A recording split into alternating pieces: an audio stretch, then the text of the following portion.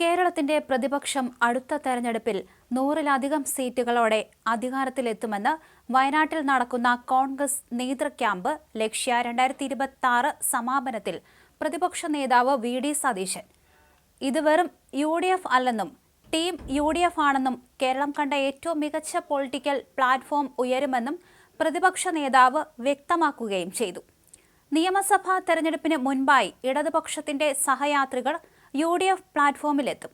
തെരഞ്ഞെടുപ്പിന് മുമ്പ് തന്നെ വിസ്മയങ്ങൾ ഉണ്ടാകുമെന്നും വി.ഡി. സതീശൻ പറഞ്ഞു. യു.ഡി.എഫ് അധികാരത്തിലെത്തിയാൽ കേരളത്തിന്റെ നികുതി വരുമാനം വർദ്ധിപ്പിക്കും. നികുതി കൊള്ള നടത്തുന്നവരെ നിയമത്തിന് മുന്നിൽ കൊണ്ടുവരും.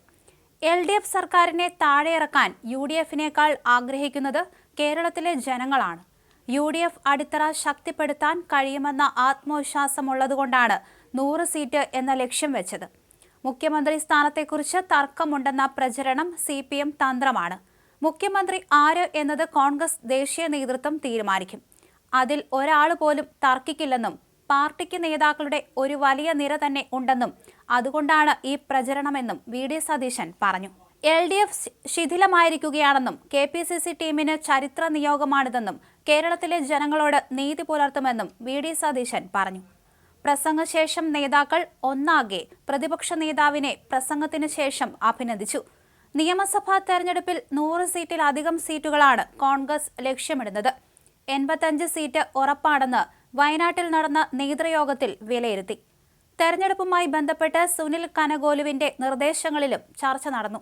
ശബരിമല തൊഴിലുറപ്പ് അട്ടിമറിയിൽ പ്രക്ഷോഭം ശക്തമാക്കാനാണ് കോൺഗ്രസ് തീരുമാനം. ഫെബ്രുവരിയിൽ പ്രതിപക്ഷ നേതാവിന്റെ നേതൃത്വത്തിൽ കേരള യാത്ര നടത്താനും തീരുമാനമായിട്ടുണ്ട്. നിയമസഭാ തെരഞ്ഞെടുപ്പിൽ യു.ഡി.എഫിന് 90-ലേറെ സീറ്റ് ലഭിക്കാൻ സാധ്യതയെന്ന് സുനിൽ കനകോലുവിന്റെ റിപ്പോർട്ട്. തദ്ദേശ തെരഞ്ഞെടുപ്പിലെ തരംഗം നിലനിർത്തണമെന്നും റിപ്പോർട്ട് നിർദ്ദേശിക്കുന്നുണ്ട്. വയനാട്ടിൽ നടക്കുന്ന കോൺഗ്രസിന്റെ ലക്ഷ്യ 2026 ക്യാമ്പിന്റെ ഭാഗമായി നടന്ന KPCC രാഷ്ട്രീയകാര്യ സമിതി യോഗത്തിലാണ് കനകോലു റിപ്പോർട്ട് അവതരിപ്പിച്ചത്.